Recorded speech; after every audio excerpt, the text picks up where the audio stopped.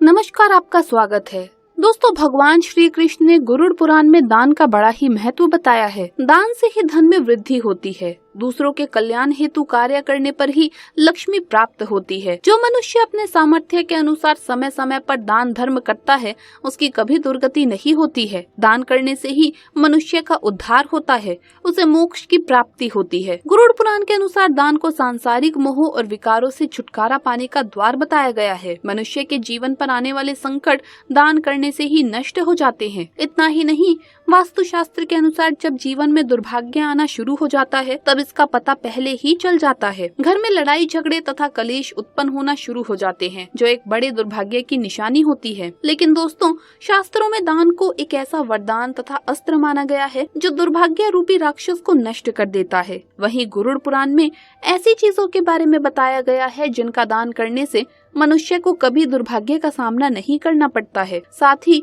यदि कोई स्त्री इन 3 चीजों का दान करती है तो वो जीवन भर सौभाग्यशाली रहती है। ऐसी स्त्री के पति की कभी अकाल मृत्यु नहीं होती है, वो सदा सुहागन रहती है। इसीलिए प्रत्येक स्त्री को इन चीजों का दान अवश्य ही करना चाहिए। श्री कृष्ण कहते हैं, जो व्यक्ति मृत्यु से पूर्व इन साधारण सी वस्तुओं का दान कर देता है, उसकी कभी अधोगति नहीं होती, उसे मोक्ष प्राप्त होता है। लेकिन शास्त्रों में कुछ ऐसी भी वस्तुओं के बारे में बताया गया है जो कभी दूसरों को उधार में अथवा दान में नहीं देनी चाहिए। ये चीजें दूसरों को देने से घर से लक्ष्मी चली जाती है और जीवन में दुर्भाग्य आता है। कई बार महिलाएं जाने अनजाने में अपने घर की ये चीजें दूसरों को दे देती हैं। ऐसा करना बहुत ही अशुभ होता है। तो चलिए जान लेते हैं कौन सी वस्तुओं का दान करना श्रेष्ठ होता है और ऐसी वो कौन सी चीजें हैं जो कभी दूसरों को उधार में नहीं देनी चाहिए। सबसे पहली बात है दोस्तों, कई बार अनेकों प्रयास करने के बाद भी हमें मनचाहा फल नहीं मिलता है, जिस वजह से कई लोग अपने भाग्य को दोष देकर प्रयास करना छोड़ देते हैं। लेकिन कई बार मनुष्य के जीवन में ग्रहों के दोष या कुंडली के दोष के कारण दुर्भाग्य उत्पन्न हो जाता है। लेकिन दोस्तों, नमक एक ऐसी वस्तु है जिसका दान करने से मनुष्य का भाग्य भी परिवर्तित हो जाता है। नमक को हमेशा एक ब्राह्मण को अथवा किसी मंदिर में दान करना चाहिए। वहीं नमक को दान करते वक्त भी ये सावधानी रखनी चाहिए कि इसे सीधे हाथ में ही देना चाहिए अथवा मंदिर में भगवान की मूर्ति के आगे दान कर देना चाहिए। इतना ही नहीं, शास्त्रों के अनुसार नमक के दान से मनुष्य के पितृ भी प्रसन्न होते हैं और आशीर्वाद प्रदान करते हैं। इसी के साथ नमक के दान से पितृ ऋण भी उतर जाता है और पितृ दोष से मुक्ति मिलती है। दूसरी बात है, यदि कोई व्यक्ति किसी बीमारी से पीड़ित है अथवा किसी बुरी शक्ति के प्रभाव में है, उसे शत्रुओं का भय सता रहा है, तो उस मनुष्य को मंगलवार के दिन लाल वस्त्र का दान कर देना चाहिए। मंगल युद्ध का देवता है।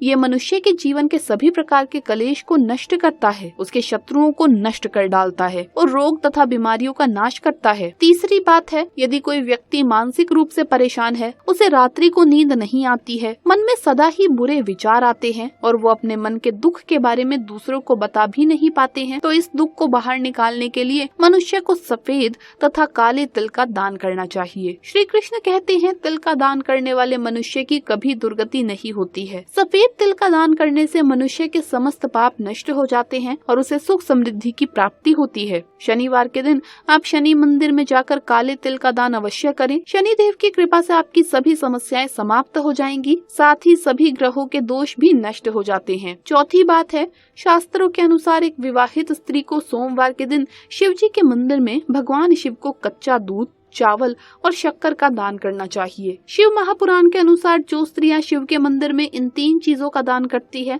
वो स्त्रियां जीवन में कभी भी विधवा नहीं होती है, वो आजीवन सुहागन ही रहती है। वहीं इन चीजों के दान से उस स्त्री के परिवार में सुख शांति बनी रहती है और धन में भी वृद्धि होती है। 5वीं बात है, गरुड़ पुराण के अनुसार गुड़ और घी के दान से व्यक्ति को कभी भी दुर्भाग्य का सामना नहीं करना पड़ता है। गुड़ और घी के दान से मनुष्य की कुंडली में सूर्य प्रबल होता है। सूर्य के प्रबल होने से उस मनुष्य के जीवन में आ रही सभी कठिनाइयां समाप्त हो जाती है। वहीं वास्तुशास्त्र के अनुसार गुड़ और घी के दान करने से उस जातक पर शनि का प्रभाव कम हो जाता है, जिस वजह से उस जातक को शारीरिक, मानसिक और आर्थिक परेशानियों में भी राहत मिलती है। आइए अब जानते हैं मनुष्य को कौन सी चीजें दूसरों को दान में अथवा उधार में नहीं देनी चाहिए। दोस्तों, यदि आपसे कोई व्यक्ति सूर्यास्त के बाद पैसे मांगता है तो भूलकर भी उस व्यक्ति को सूर्यास्त के बाद पैसे ना दे, क्योंकि ज्योतिष शास्त्र के अनुसार कहा जाता है कि यदि कोई व्यक्ति सूर्यास्त के बाद पैसों की उधारी देता है तो पैसे संयोग से ही वापस मिल सकते हैं। इससे पैसे लेने वाले और देने वाले व्यक्ति में शत्रुता निर्माण होती है। सूर्यास्त के बाद कभी भी 1 रुपए भी किसी को उधार में अथवा दान में नहीं देने चाहिए, इससे धन का नाश हो जाता है। स्त्रियों के लिए गहनों का महत्व सबसे अधिक होता है, इसीलिए वो अलग अलग प्रकार के गहने पहनती है। लेकिन वास्तुशास्त्र के अनुसार स्त्रियों को अपने गहने कभी पराई स्त्रियों को पहनने के लिए नहीं देने चाहिए और कभी दूसरों के गहने उधार में लेकर नहीं पहनने चाहिए। ऐसा करने से जीवन में दुर्भाग्य आता है। कभी भी विवाहित स्त्री को दूसरी स्त्री का मंगलसूत्र अथवा गहने कभी भी नहीं पहनने चाहिए। इससे पति के जीवन में परेशानी निर्माण होती है। एक स्त्री का भाग्य उसके पति से जुड़ा होता है। स्त्री जो भी कार्य करती है उसका प्रभाव उसके पति के जीवन पर अवश्य पड़ता है। दोस्तों, वास्तुशास्त्र के अनुसार एक मनुष्य को अपनी घड़ी कभी दूसरे व्यक्ति को नहीं देनी चाहिए। घड़ी का संबंध समय से होता है। घड़ी आपको समय का बोध कराती है। आप घड़ी की सहायता से ही जीवन के महत्वपूर्ण कार्य करते हैं। लेकिन अगर आप अपनी घड़ी दूसरों को इस्तेमाल के लिए अथवा उधार में देते हैं तो आपका भाग्य भी उसी के साथ चला जाता है।